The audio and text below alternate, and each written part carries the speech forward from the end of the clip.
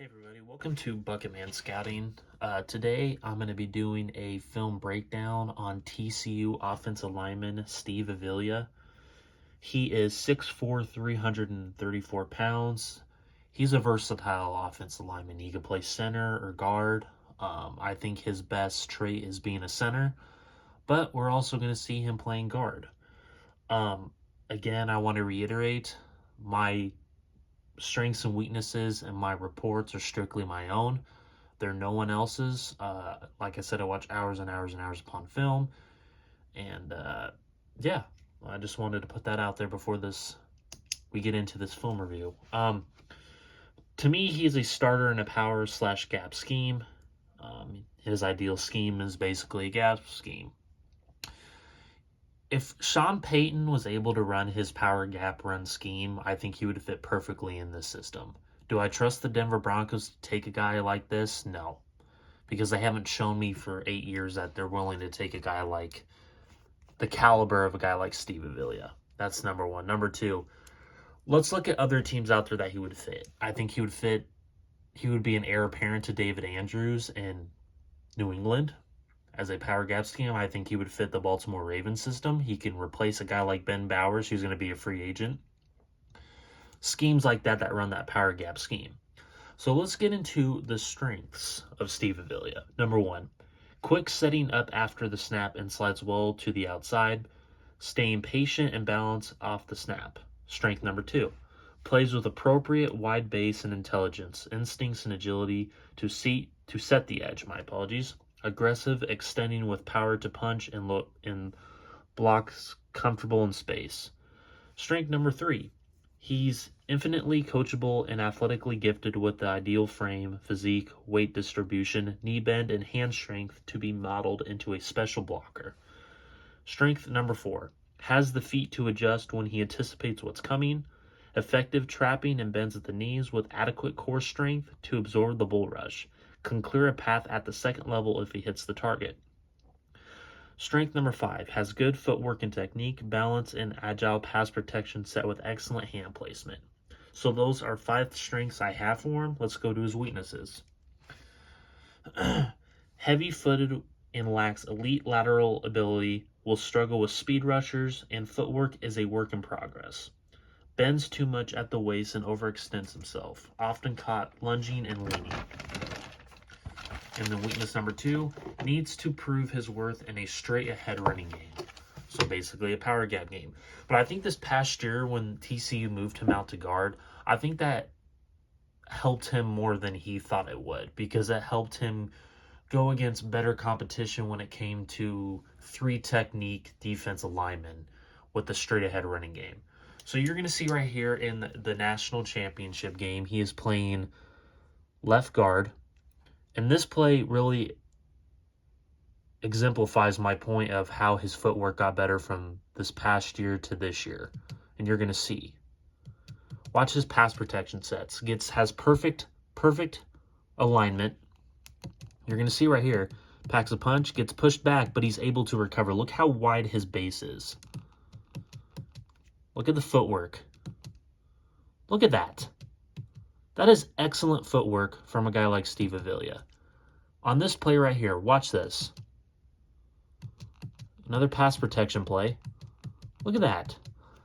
He would be the perfect replacement for Dalton Reisner, but I would rather see the Denver Broncos move him at center. But again, will the Denver Broncos do that? No, because I don't know if they're going to be running the Sean Payton offense. They might be running a mixture of both. Of the West Coast system, and that's just not going to help a guy like Steve Avila. I would like to see Steve Avila go to the Patriots and just sit a year under David Andrews and just have him learn from a great center like David Andrews. This is against Texas Tech, playing left guard. Watch the footwork. Look at that pass protection. Elite. Look, kicking that foot there. Has great hand placement, wide foot, wide hips, hip-to-hip fluidity. I mean, he has it all. I don't know why this guy isn't talked more. Here he is right here. He's in a 3-point stance. This is what a 2-point stance looks like, if you're wondering. This is all 3-point stances right here.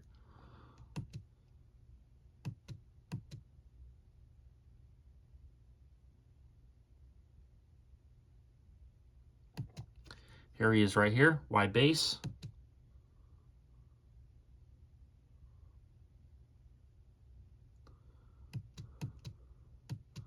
Packs a punch right there. Love that. I love how he initially got that hand placement right there, but look at the footwork. That is just excellent footwork. Again, Max Duggan is going to run that way. That is elite. That is elite pass protection. Look at the footwork. Watch that first punch right there. Gets that hand right on that outside shoulder. His footwork is exceptional, has that lower base. Again, he's not looking like this. He's looking like this. That's what I want to see. That footwork, like I said, pointing it right there. Perfect. Perfection. Then gets that other arm underneath his breastplate right there. Bam. He's not going to be able to do much on that play. That is perfection at its finest right there.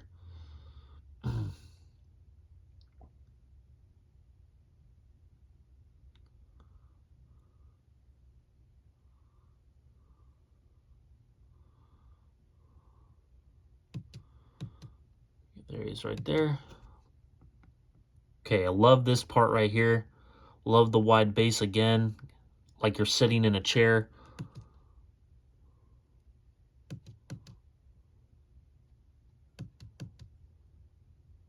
It's that lower base.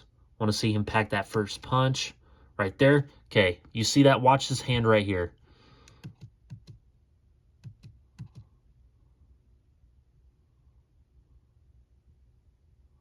That is perfect.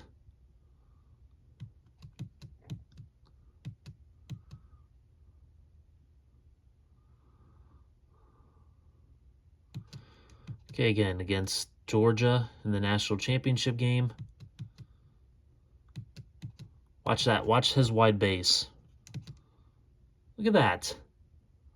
That is, like, the reason I am pointing out his pass protection, because I think he is an elite pass protecting power gap guard. I think that is what he excels at. I think that is what, he does better than anything. He excels at that pass protection phase of his game. And you've seen the footwork from this 2022 to 2023, how it excelled. And I think being a left guard helped excel at that point what I'm trying to make. Now he's in a 3-point stance. You're going to see right there. It's just, we'll show this again. Okay, here he is right here. Watch him just stick with it. He's not getting beat. I mean, this guy rarely gets pushed back, and that's what I like from my offensive lineman. Steve Avila reminds me a lot, and I don't want anybody to get mad at me for saying this. I want everybody to understand this is just a comparison of mine that I've seen. He reminds me a lot of Brandon Brooks, who was formerly with the Texans and with the Eagles, and then injuries derailed his career. I think he's that good. I think he is that good of a player. You can also probably compare him to a guy like maybe a guy like Elijah Vera Tucker, maybe a more power gap version of that. But I think that his ceiling, Steve Avila, is a guy like Brandon Brooks, who was an all-pro, Pro Bowl caliber player. I think he's that good of a player. I think his technique is very underrated. I don't think scouts give him the credit that he deserves when it comes to that. I just think he is just so elite when it comes to pass protection. Now, the running game, like I said in my weaknesses, his straight line running game needs some improvement. But again, Brandon Brooks wasn't the greatest run blocker. He was an elite pass protector. He rarely got pushed back. And again, it's just more of the technique work that I love seeing from these offensive linemen. And Steve Avila could have came out last year. But again, I believe he stayed to get better with his technique work. And you're seeing that. This guy could possibly be taken in the second round, and I wouldn't be surprised if another team took him. I wouldn't be surprised whatsoever. I think he is that elite of a player. I've been high on him for a very long time. You can go to my BitChute channel, Shadowband Scouting, and I did a film review on him on my BitChute channel, and it's just watching that and seeing the progression to what I see this year. It's just insane. his technique work has just completely changed. Now you're seeing right here where I'm showing you guys is his footwork's getting too close together. And again, that's what happens. We're going to watch the start of this play. You see how he has that white base, and then again, number 88, he gets too close and he gets too full of himself, and bam, he gets pushed back into the quarterback. Again, he's not a perfect prospect. There are some technical breakdowns that I see on film, but again, it's few and far between. It's rare. He is a very consistent player from top to bottom. And as in a three-point stance, you see how it's not what I like. Again, I don't like that hot potato thing right there. I don't like when they do that, when they shuffle at the beginning. I like when they kind of just go back. Has that wide base right there. Again, and he just throws him. He gets stagnant, throws him there, and he's going to get pushed back in the dug-in. Ugh. Again, his technique work, especially with his lower body. There are some points in his game where he gets stagnant and he just plants his feet, and then stuff like this happens. But again, I just think he's a far better prospect than people are giving him credit for. I love this prospect, Steve Avila. I think he's one hell of a prospect. But again, there are some traits that he needs to get better at. So, again, this is my film review on Steve Avila. He is 6'5", or my apologies. He is 6'4", 334